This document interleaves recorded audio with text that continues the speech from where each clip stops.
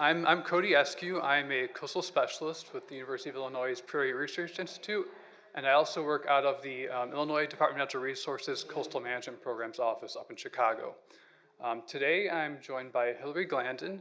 Hillary is an associate research scientist at the Illinois Natural History Survey's Lake Michigan Biological Station. She is interested in the response of coastal systems to environmental change, and she draws upon previous research experiences in marine and estuarine systems to bring new perspectives to Great Lakes aquatic ecology. In her role at the Lake Michigan Biological Station, Glandon works with an interdisciplinary team to examine how constructed nearshore reefs mitigate erosion while creating valuable habitat for aquatic species. She strives to connect with the results of research on coastal processes to communities that need it most, thereby increasing community resilience in the face of an ever-changing coastal landscape. And Hillary, if you want to just come off mute and say hi to everybody. Hi, glad to be here. Thanks, Cody. Yep. All right, now we're going to move on to Laura Verdon. So Laura has over 30 years of diverse work experience in both the public and private sectors. She is a regional landscape architect for the Northeast Illinois Territory within the Illinois Department of Natural Resources and oversees the Regional 2 capital planning and design projects, while also providing regulatory reviews for proposed work on state lands. Whether master planning, working with design consultants, or protecting native plant communities, her deep experience benefits both the department and the residents of the state of Illinois. And Steve Brown was going to be our third panelist for today, but unfortunately he couldn't make it. So we're going to transition our panel to more of a presentation discussion today. But I'm going to read Steve's bio for you all just because his contributions to these projects is really vital and you'll be seeing it throughout our presentation. So Steve Brown is the interim director of the Illinois State Geological Survey at the Prairie Research Institute, University of Illinois, Urbana-Champaign, and the Illinois State Geologist. He has 35 years of experience in geologic research and public service, having worked across 4 state geological surveys, Illinois, Indiana, Michigan, and Wisconsin, as well as the U.S. Geological Survey. His research has advanced understanding of the glacial geology and stratigraphy of the southern Lake Michigan region. He is currently working with the Illinois Department of Natural Resources Coastal Management Program to address issues affecting communities along the Lake Michigan shoreline. All right, so that's all of us, and then I'm going to get us started for the first portion of our presentation.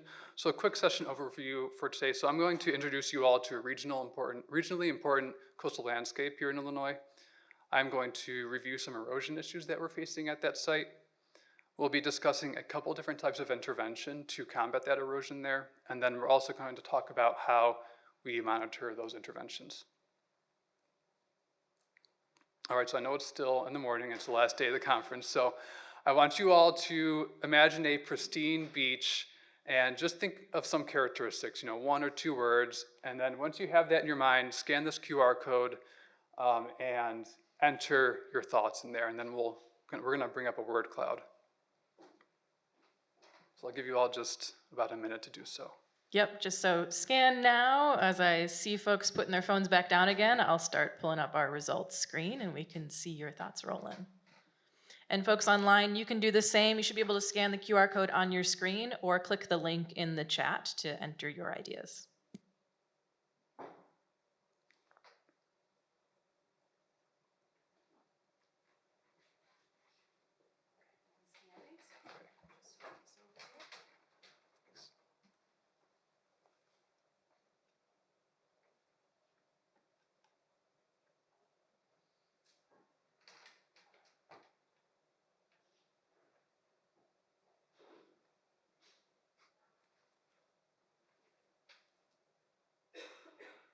Wow, you guys are quick.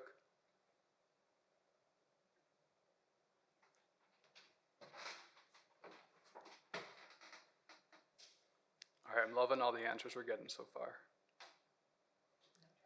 No trash. Shrubs, trees, piping. I think that's for the piping plover. Tranquil, happy people. Brush grass, fish, clear water, waves, serene. Stable shoreline, I love that. Wide beach.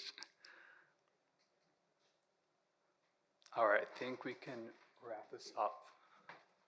We'll go back to the presentation. Final couple of responses coming in there. Thanks for participating.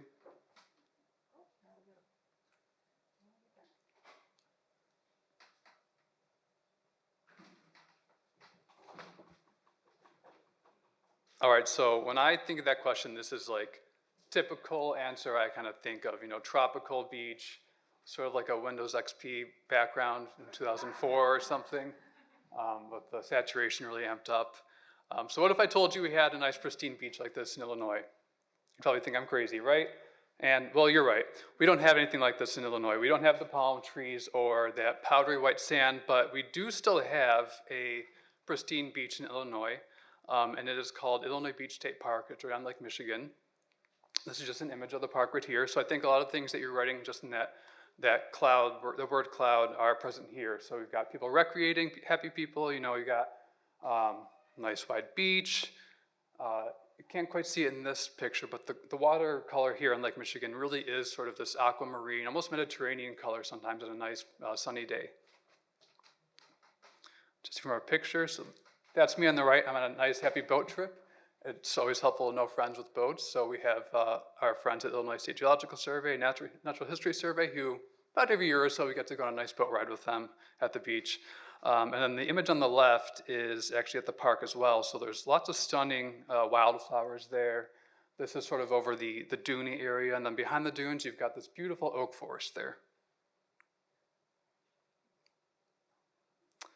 One time I was there, I did find a baby turtle just kind of crossing a pathway as we were walking to the water.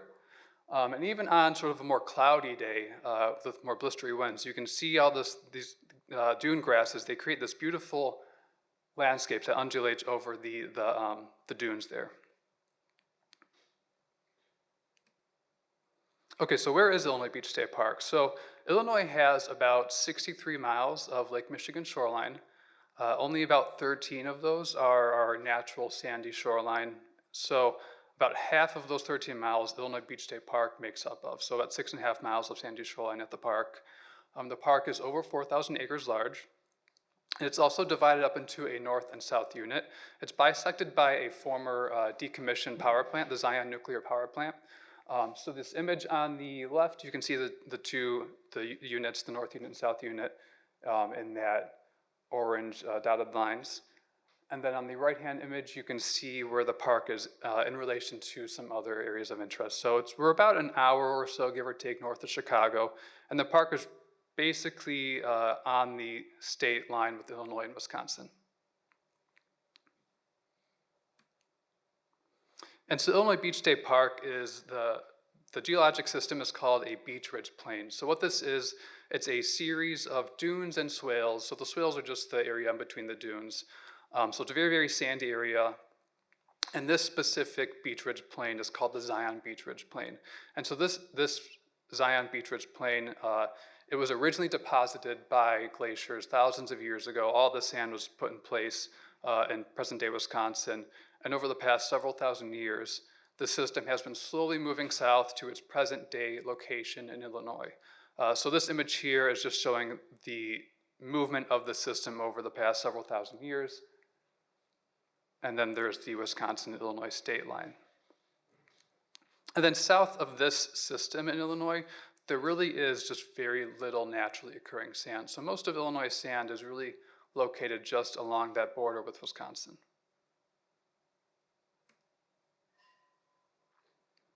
This is an image showing the beach ridge plains throughout the Great Lakes. It's kind of hard to see. There's little orange dots throughout here, but it's a relatively rare system. So they're mostly found through the northern Lake Michigan area and western Lake Huron, but not too many of them found throughout the Great Lakes. So they're pretty rare, especially for southern Lake Michigan. All right, I've got another QR code for you all. How many plant species do you think are found within the park? So this is just a multiple choice question. Once you scan it, you'll be able to see the possible answers here.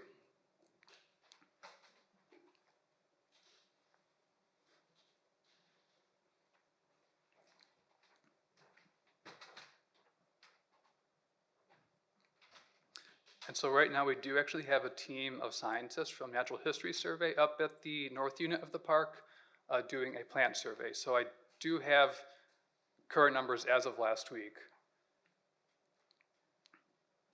And I'd also like to call out Brenda in the back. Brenda's team has been helping us with that.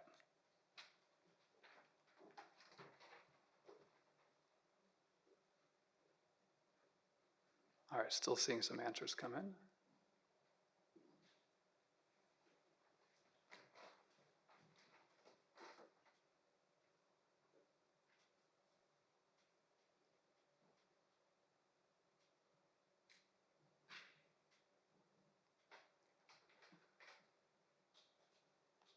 All right, so I think we've got most everyone's answers in. So we're seeing 370 for the most, followed by 500, followed by 700, then 220. The correct answer is actually, we were at about 700 species of plants just in the north unit. So actually the southern unit of the park has a nature preserve. So there's even probably more than 700 right now. But Brenda, this might be a new update for you. I don't know if you talked to the technicians there. So we've got a brand new number. The last survey at this park, I think, was the 1970s. So this is really fresh information.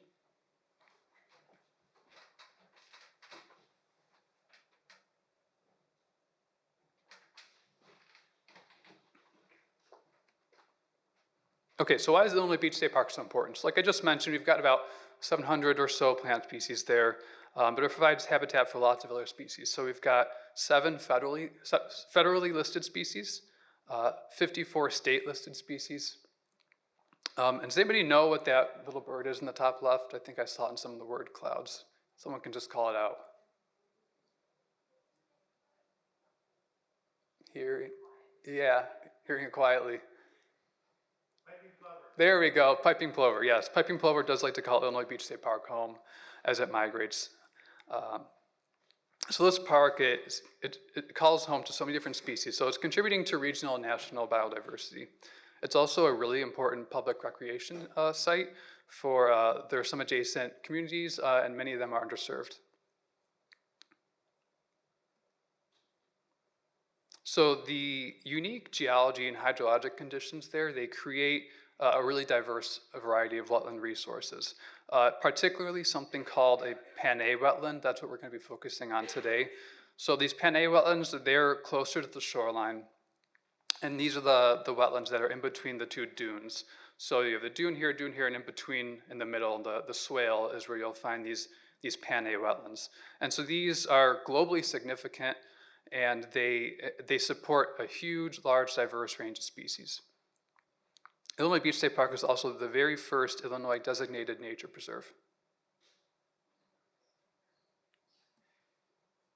And actually, I'll call out these photos here. The top left is actually an image of a Pan-A. The top right, you can see a whole bunch of like striation lines and some sort of gray marks in between there. Those lines are the Pan-A wetlands. And then this cross-section in the bottom is showing what a cross-section of habitat looks like at the park. And so the third from the right is where you would most likely find the Pan-A wetlands. So like I mentioned earlier, we are facing some erosion problems at the park. Also, like I said earlier, this system has been moving south for thousands of years, and that dynamic still continues today. So we are seeing erosion at the park, at the north end of it, and that erosion, the sand erodes there and it eventually goes down south, and this image on the left is showing in the red where the erosion is, the blue is where that sand is sort of accreting once it erodes.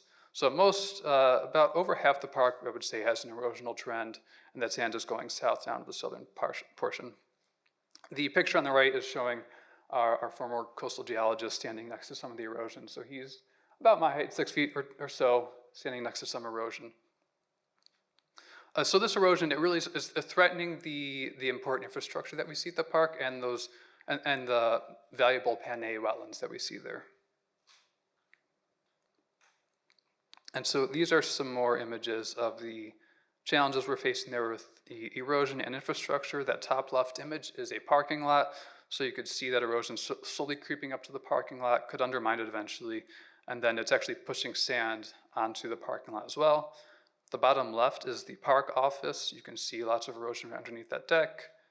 The top right, if you look out in the distance, you can see some sand back there. So from where that picture was taken to that location in the distance, that used to all be beach. So that's all eroded, and we're now having those trees fall in the water. And then the bottom right image was a road that had eroded and fallen into the lake.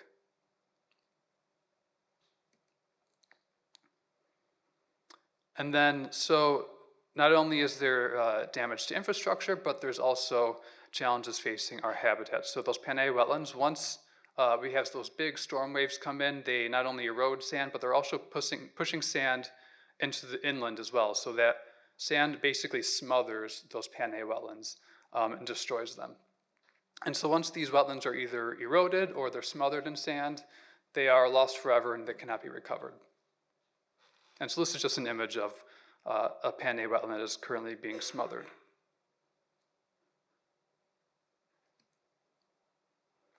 So we've got these erosion issues at the park, so what do? The Illinois Department of Natural Resources actually installed a couple different types of interventions. The one on the left is something that we like to call a rubble ridge. I'm going to be talking about that next, and then after that I'm going to be passing over to Laura to talk about the breakwaters on the right that you see there. And so the ultimate goal of these two interventions is the same, and that is to stabilize our shoreline, but their approach is very, very different, and we'll go into that in just a moment. So those rubble ridges, like I just mentioned, these are completely submerged underwater stone ridges. They are parallel to the shoreline, and you have a series of them. So in our case, what we installed, we actually have 3 of them. And so the concept here was designed by a landscape architectural firm called Healthy Port Futures. They partnered with us on this project, and this was their concept design. And the idea is that as a wave moves over these ridges, each ridge attenuates the wave a little bit. So by the time the wave reaches the shoreline, it has much less energy as it normally would. And so the top right image there, the graphic there, is showing a cross-section of what one of these ridges would look like on the lake bottom. So it's made up of a stone, but the stone is smaller than what you would see on a typical breakwater. And so this was a conscious design choice because smaller stone creates lots of little nooks and crannies that is really beneficial for aquatic habitat. So in a sense, we are protecting on-land habitat by creating inland or in-water reef habitat. And so since these are smaller stones, we do anticipate that these larger storm waves, when they come by, they will likely displace some of these over time, more so than you would see with a larger breakwater, but that's also a conscious design decision because once they do get displaced, it is enhancing the aquatic habitat benefits. And also the ridges will still provide some level of protection even if they are displaced. I'd also like to mention that this is a pilot project. So this kind of approach has not been employed anywhere else within the Great Lakes. So it's kind of a big science project for us.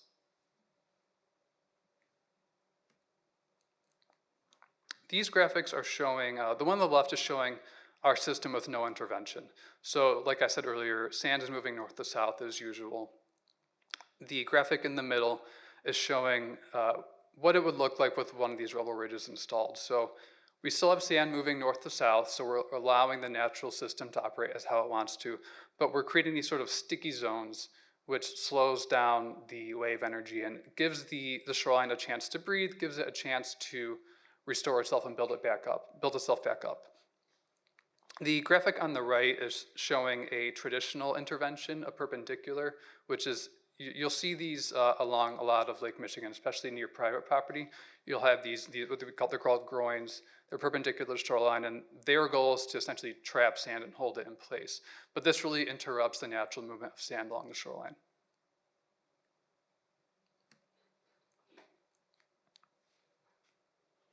I think with the conversion to map, we lost the image on the left, but I'll explain it anyways. So now we have this design concept. Now where do we put it? So we had some site selection criteria. So the first one was public ownership land. So we wanted to find public land to place this intervention at. 2 was we wanted to find an area where there was an erosional trend.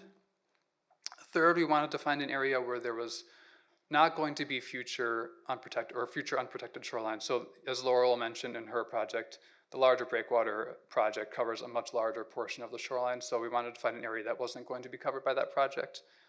And lastly, we also wanted to find an area that had ongoing monitoring.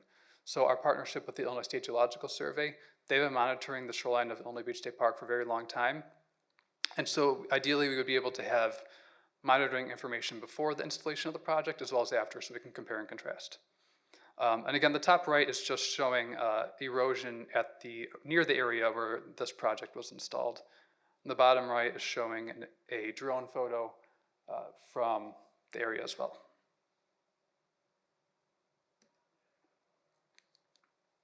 Again, this is just displaying the accelerated erosion we were seeing at this particular site. So in a span of 10 years, we lost over 30 acres of land just at this one site. So you can see where that road and the top portion of that image has completely eroded away into the lake.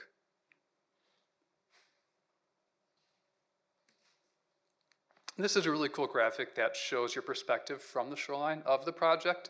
So really, from the shoreline, you shouldn't be able to see the project, and on most days you really can't. But it's there, it's still working as intended to. But the idea here is that we are preserving that natural landscape view, the beauty of the Great Lakes, while still protecting the shoreline.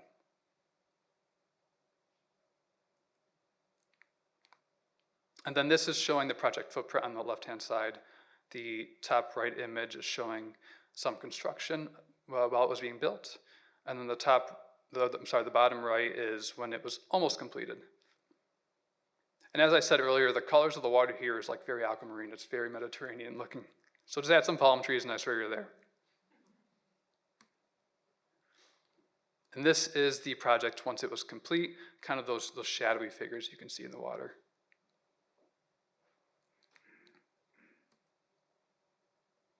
And then this is just some construction by the numbers slide. So I want to draw your attention to that yellow circle there. So overall, this project cost just over $1.4 million to protect about 750 feet of shoreline. And so this worked out to be about $1,900 per foot. So this is, if you were to compare that to a similar coastal protection, a comparable coastal protection project, this is less than half of what a normal protection project would look like for this area.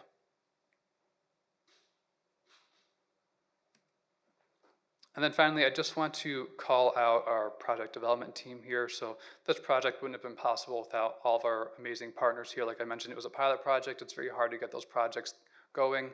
You really need a lot of willing partners. So the Coastal Management Program was the project lead and coordinator. The University of Illinois provided staff support to the Coastal Management Program as well as monitoring support. Healthy Port Futures and Anchor QA did the design concept and modeling. Michigan State University, our researchers there, they were doing the data analysis of the monitoring. And then the construction lead was the Army Corps of Engineers.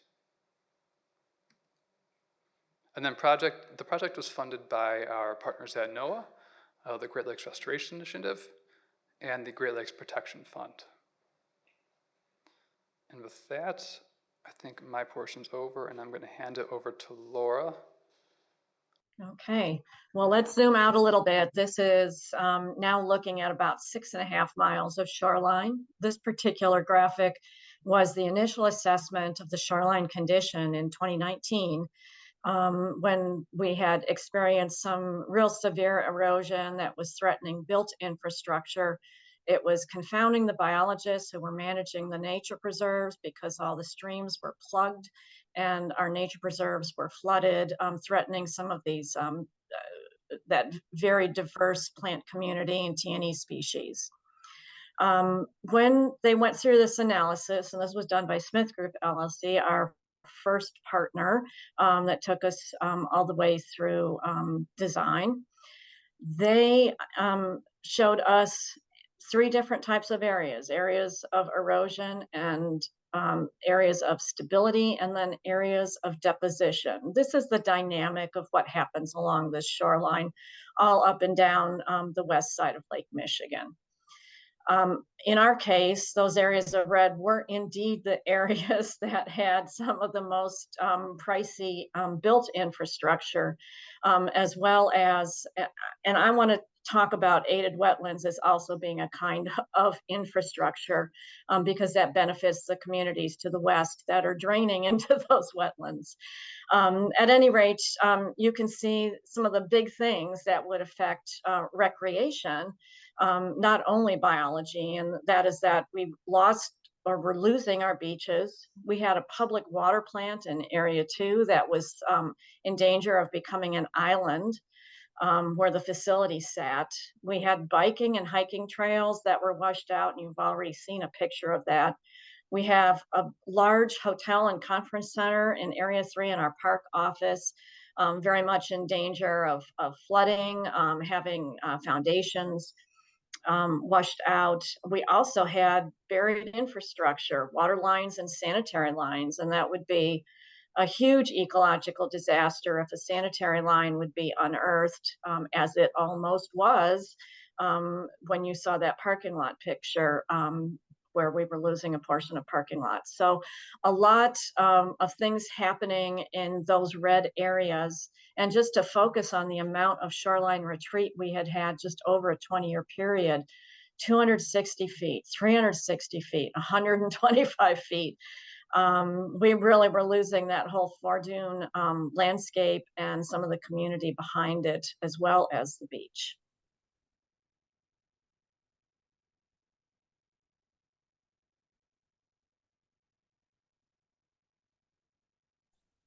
Jess, can you help me out and switch to the next slide? Next slide. Thank you. Um, so in working out the design, some of the key data that was used to look at what a design should be is just to understand what are the storms doing? When are they coming? What time of year? What direction are they coming from? Where is the most damage coming from? And we could tell you what we saw, but it was really good to see this data. So our Smith Group team helped us understand the dynamics of what we were seeing here. The worst and most punishing storms came from the north-northeast. That's a critical bit of data in understanding how you would orient any kind of protective structure. Also, they helped us understand these historic lake levels, what the pattern was. Is it a 5-year cycle? Is it a 20-year cycle? Does it vary? And it was very clear that when we had high lake levels combined with a really bad storm, we had severe damage in the park. They also helped us to understand that the sand transport rates or the sediment transport rates were an important factor to understand. We knew that when we did sand nourishment, just by dumping sand at the north end of the park, hoping that it would float down to the south end of the park, that in essence, we were being a really bad neighbor to Waukegan Harbor because our sand was ending up in Waukegan Harbor within a very short period of time. And so understanding how that transport would work was important. We didn't want to starve somebody out by blocking all the sand. So the graphic that you saw in Cody's slide showing that sand could still move from north to south is an important idea, but does all of it have to move north to south? And that was a critical factor in understanding how a system would work. Ultimately, we looked at a number of different types of stabilization systems. And as a state park of rare natural beauty and rare ecological resources, we truly did not want to see a hardened edge. We didn't want sheet piling. We didn't want a bunch of riprap along a shoreline. We wanted to be able to preserve that beautiful natural look of the park. We also didn't want to see something really ugly in our view out to the lake. And so the design that evolved was a design that was very effective at managing the worst storms that could hit. And this is a little bit different than what the rubble bridges can provide. Very large stones in a breakwater design in natural shapes, not a bunch of sausages in the water that stick high out into the water and block your view of the horizon. Emergent and submerged designs on these. So when we're at a high water level, we'll barely see the top of a breakwater. When we're in a low water situation, and we are at a lower water level right now, you can see some of the breakwaters, and that's what's showing up in the pictures. They also helped us to understand what our dollars could buy. We had 6.5 miles of beach. We protected 2.5 miles of beach based on what we could protect. And so those priority areas of where we were seeing in the previous graphic, the worst erosion, that was what we protected. And then because we're the Department of Natural Resources, we looked at this cross section of a typical breakwater, and we saw opportunity and opportunities for habitats. And I'm going to get to that in the next slides. Okay, next slide. What are those habitat opportunities? Well, when you have a breakwater in the water, you have the rambunctious water on the lakeside, and then you have very quiescent areas of water on the backside, and that's where the opportunity really lay. We had heard from some of our fisheries folks that, you know, we really have a shortage of fish nurseries in the lake. Some of those nurseries actually were in the connected wetlands that we have at the park. And so this was an opportunity to use some of the knowledge gained from their research closer to shore to be able to bring that into something that could happen on a breakwater. Next slide. So I want to just walk you through quickly what the layout was in each of the areas. You can see a very busy layout of breakwaters in our northernmost area. This is an area where we had, because to the north, the left side of the picture, an armored edge around our marina. We, you know, anytime you have an armored edge, then the lake takes revenge and it's going to scour just beyond that. And so we had a huge amount of scouring into the adjacent nature preserve. It took out some trails. And so this particular area has breakwaters that are very closely spaced so that the lake currents will, as they're moving from north to south, will stay on the outside of the breakwaters. And the only way that water will move back into that protected beach area is when we have a storm that comes out of the southeast, which can push the waves up into those openings. But notice these breakwaters are oriented north to be 90 degrees to a north-northeast winter storm event.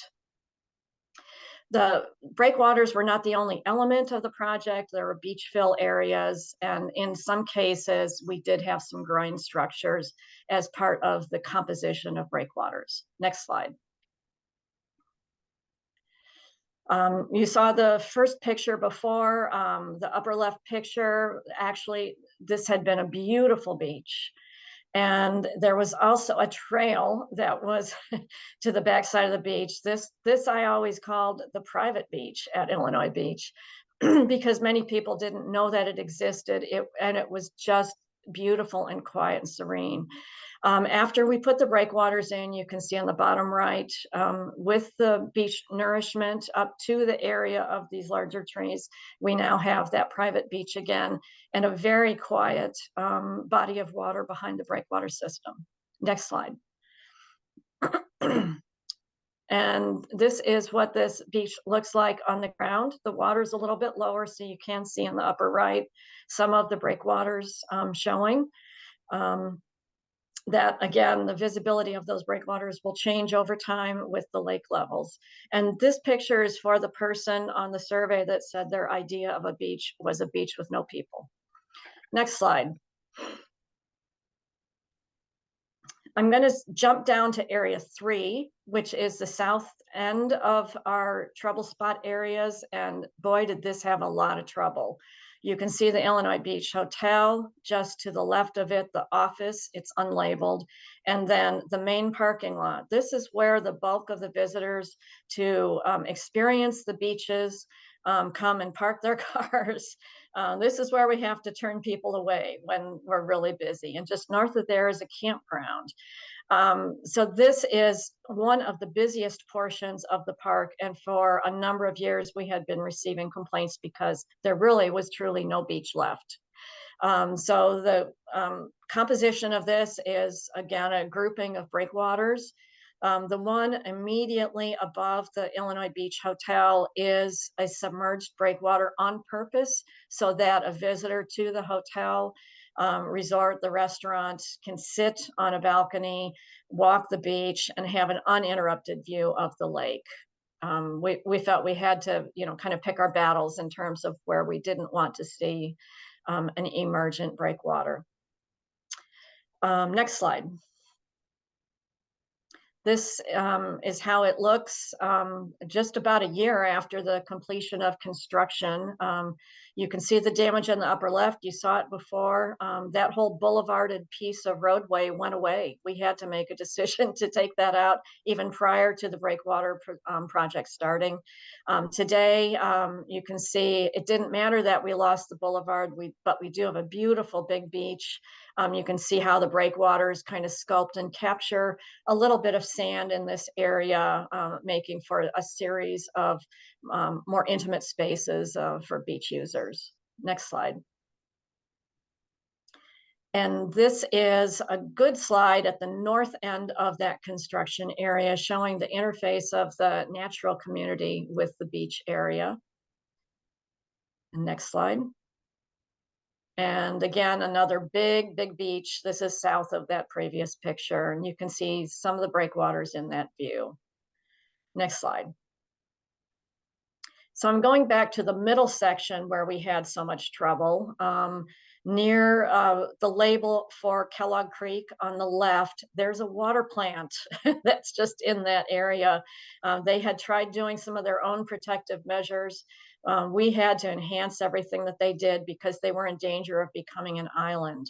Behind all of those breakwaters on land, we have very sensitive ecology. We have Panay wetlands. The overwash picture that Cody shared with you actually occurs in this area. And then we had one of the most beautiful stretches of bike trail that occurred right along this beach.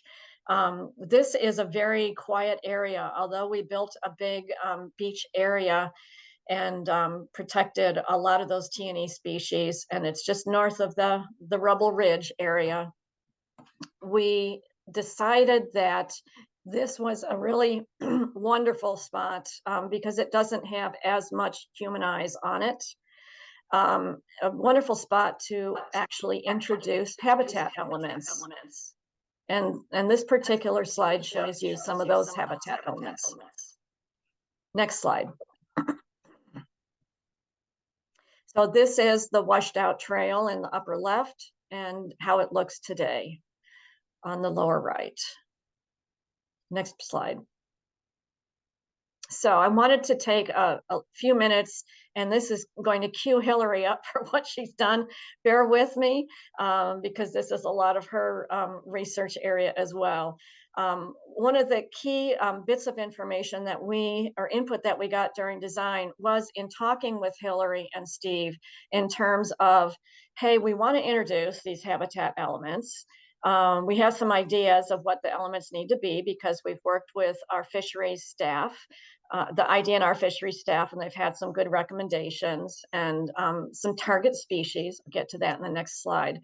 But what are your thoughts on this? And the input that we heard, which is not the way a landscape architect thinks and is not necessarily the way an engineer thinks. What we heard from the scientist is that you need to have whatever you do in multiples of 3.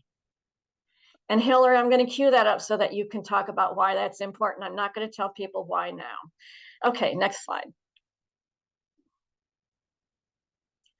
So IDNR played a role in identifying what target species we wanted to be able to provide support to from a sustainability, and they were threatened in the lake. So we identified piping plovers in the avian species and a couple varieties of terns. And then in the water, mud puppies and yellow perch, quite endangered in the lake ecology. Next slide. I'm going to quickly go through some of these habitat features that became some of the additional elements that were installed along with the breakwaters. Rock toppers, printed 3D blocks, rock ledges, lots of really good habitat and hidey holes for for fish nursery. Also kind of things that are very attractive to mud puppies. Next slide. We also installed vegetated blocks, and you can see in the far right picture, some of that vegetation is really taking off. Next slide. We had, as a sustainability issue, we had a number of trees that we had to remove that had been already damaged by erosion. And we salvaged some of those and reused the root wads, burying them in the lake again for more habitat. Next slide. And then lastly, for the avian species, a much more man-made approach. This is one of the farthest breakwaters was of a size that would support a colony. Understanding that terns like to live in colonies, we created a series of nests on top of the breakwater and put some protective guy wires so that the hatchlings would not be subject to predators. This will be interesting to see how this is inhabited, where we know that the gulls inhabited some of the other breakwaters immediately. I'm not sure what's happened on this one this year. Next slide. So in summary, and looking at the numbers of this project and to compare with Cody, this was a $70 million project. It took a year and a half to construct, and that was with crews working pretty much 24/7. We had nearly 300,000 tons of rock, not limestone rock, but granites and quartzite, varying in sizes to build those breakwaters. We had 531,000 cubic yards of sand to create 50 additional acres of beach that we had lost. But in looking at the sustainability portion of what we added to the breakwaters, we brought them alive. Were the 10 tern nests, 43 aquatic habitat blocks, 36 vegetated concrete blocks, 60 eco blocks that were salvaged and reused for part of that rock topper area, a quarter acre area of breakwater extensions that were generally made of the rock toppers, plus stone ledges, and then the driftwood and rootwood groupings. So this was designed for a bigger storm than what Cody had. Just to quickly compare and contrast, it was significantly more expensive. The idea on the breakwaters is that they shouldn't move, whereas with Cody's project, there is some movement and adjustment that happens at that point.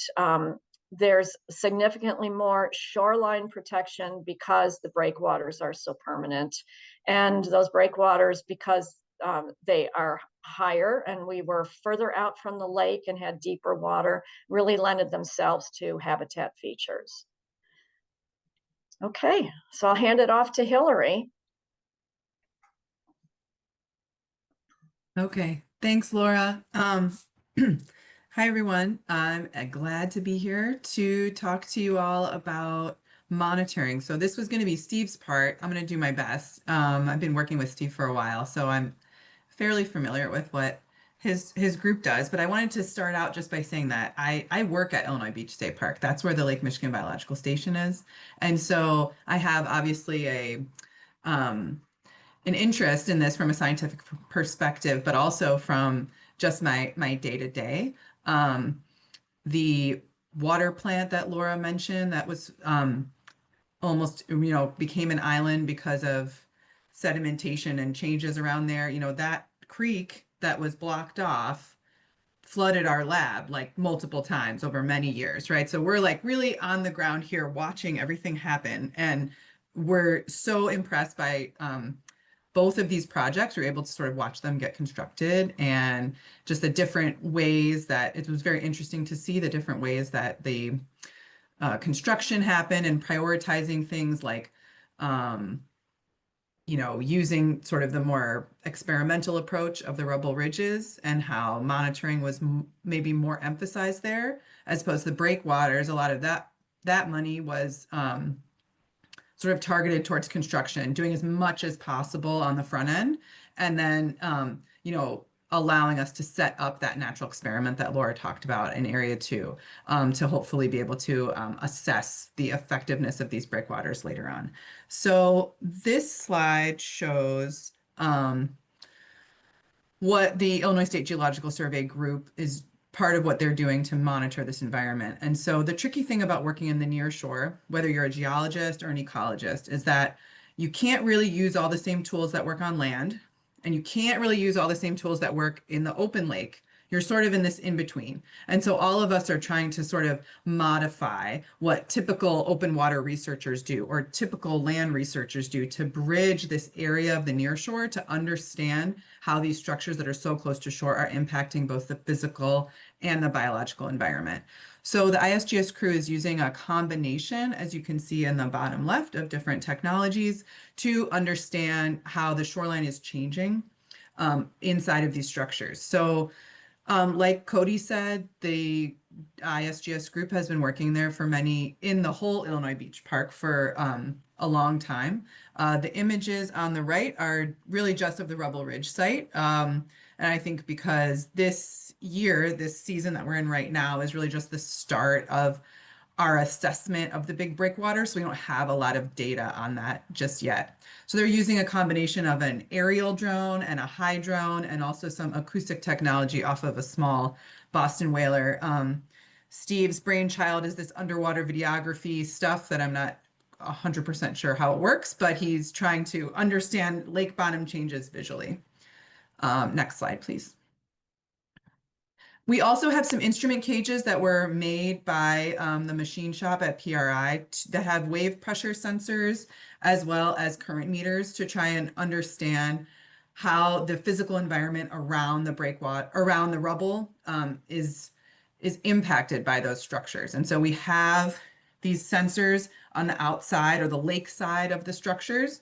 And then this season, for the first time, we've actually put sensors in between those ridges. So we're really going to try and quantify how much do these submerged structures that are supposed to be, or that are less expensive and maybe less of a quote unquote eyesore, are they effective at really reducing that wave energy? We have observed from our scuba surveys at this site that the rubble ridges are starting to flatten out. We are seeing rocks that used to be piled 2, 3 on top of each other now are in one. And so how will the changing shape of that system affect its ability to protect the shoreline? We're hoping to see that through time. What else? Okay, and we can compare using the buoy, which you can see in sort of the middle there. So that's one of our near shore buoys, but it's still about a kilometer or so offshore, so much farther away than these instrument cages. How does the wave energy at the buoy compare to that inshore wave energy that we're seeing close to the structures? So next, please. This is what I do every day, or not today, most days. So we're trying to understand how these structures, whether it's the breakwaters or the rubble ridges, are changing the available aquatic habitat. And so we're trying to do this in a variety of different ways. And like Cody mentioned, the ISGS has been working at Illinois Beach for a long time. Our group at INHS has been assessing the aquatic environment at Illinois Beach, just south of the hotel. So a little bit removed from this, which is actually pretty good for a control site, since 2006. So that's almost 20 years ago, actually. And so we have this nice long-term data set of what the ecology of this region was like before these structures went in. And so that's allowing us to use similar metrics so we can compare our pre-construction data to what's happening now. So we do this by using a lot of different diver surveys, because we can't really bring our boats over on top of these structures that are quite close to shore and also quite close to the surface of the water. And what do we have here? We're using a beach seine to look in between the structures and the beach. And in the bottom right, something new we've started this year is we're actually using acoustic telemetry to try and understand how sport fish are utilizing these structures, because some of these fish species, like for example, smallmouth bass, they do a really good job evading our nets, like the gill nets that we put out. And so we're able to tag some fish and see and put receivers very close to these structures. You can see one pictured there on a hazard buoy near the rubble. And we're going to do this at the breakwater site as well to see, are these fish hanging out around these structures at all, or are they just passing through? So we're hoping we have smallmouth bass tagged. We're hoping to tag perch and lake trout next year at these sites. Next, I think. Can't remember. Oh yeah, okay, so this is some pictures. Everybody likes to see underwater pictures. The pictures that Laura showed of the habitat elements, that was us. We got to do a preliminary survey sort of a month or so after construction was finished, and we were just amazed to see at Area 2 how much the subaquatic vegetation really had taken off. And so we recently received some funds from the Department of Natural Resources Coastal Management Program to continue to assess the breakwaters. And we are really looking forward to getting it and seeing how, especially that subaquatic vegetation, because it's really not commonly seen in our part of the lake and will provide such unique habitat. Like the rocks and all that is awesome, and it definitely diversifies the available habitat. But the fish can swim around and find rocks other places. What they can't find is a really nice established nursery habitat with vegetation. So we're really excited to assess that in the future. Next. Okay, so I don't know how much, do I have some more time? I don't know. Do we want to stop for questions? This is sort of like an add-on. So Cody or Jess, I don't know what you. Yeah, I think we could wrap up soon and answer a few questions. Okay, yeah. So I mean, this will. Yeah, go ahead. Okay, yeah. I mean, we were able to develop this program where we're really trying to quantify the effects of these structures, because we were able, from both groups, to have high resolution baseline data. On the left, we see our geological data. On the right is our baseline data from the ecological side. Okay, next. This is a lot of words on a slide, but I think the bottom line is that we were able to have federal and local support. So we're supported by NOAA, GLRI, the Army Corps, DNR, but also I'm an employee of PRI, but Sea Grant supports my work as well. And so there were a lot of different coastal management's providing support for the geology group and the ecology group now. There's a lot of people that really prioritize learning about the impacts of these structures, and that's the only way that we are able to do this. And next. And we're able to work together. So the bottom picture is like my favorite picture. It is Steve Brown, who we missed today, who is based up at our station in the summertime. Charlie Roswell, who's a scientist at Lake Michigan Biological Station with me, and Sergey Chesney, who's the director of the Lake Michigan Biological Station. And they're walking down the beach at Area 2, carrying some of our equipment that we use to assess the reef. And so we're all able to work together to really give a full picture of this, and wouldn't be possible without all these different types of people working on it. And I think that's it, maybe. Thanks, Hillary. Thanks, Yeah. Laura. Thanks to all our panelists.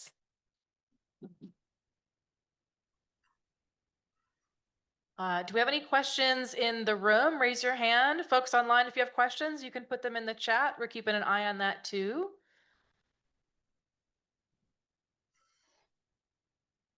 Watching for movement like a hawk.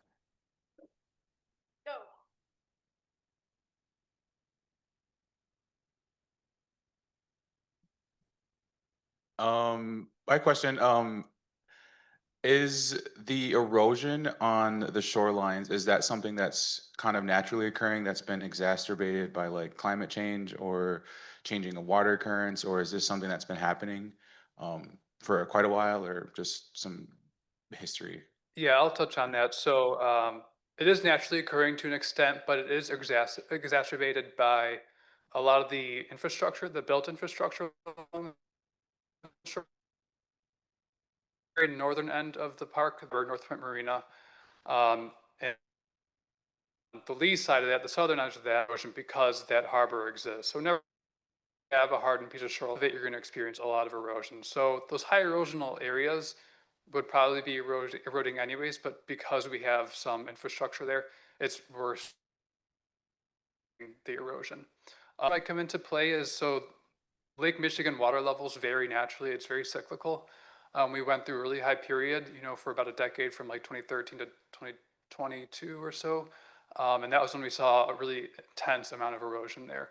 But with climate change, it's really hard to predict the lake levels going forward. It's not like the oceans where we kind of just see an increasing level of water level, but the lake levels, they'll probably be cyclical for a while. They're kind of low right now. But with current modeling data, we don't really know exactly what's going to happen, but we kind of expect that we might be seeing more rapid changes in water level. So we could go from low to high really quickly, or high to low really quickly. And then we have a question online. Kristen says, great set of presentations and projects. Is there a specific lifetime the structures are intended to have? And how long is monitoring to continue? I'll break I waters mean, for lifetime for the. yeah, I mean, I think the Rubble Ridges project, I think is, that's supposed to have maybe a shorter lifespan. It's smaller, submerged, and like Cody said, it's supposed to move over time, so it's going to change. I don't want to say the breakwaters are intended to be permanent because nothing is permanent. But Laura, they're supposed to be there for a Right. long, long time, I think. Yeah. And the monitoring, at least for the rubble ridges, we had 5 years of monitoring. Then Hillary, I know you're just starting the monitoring for the breakwaters.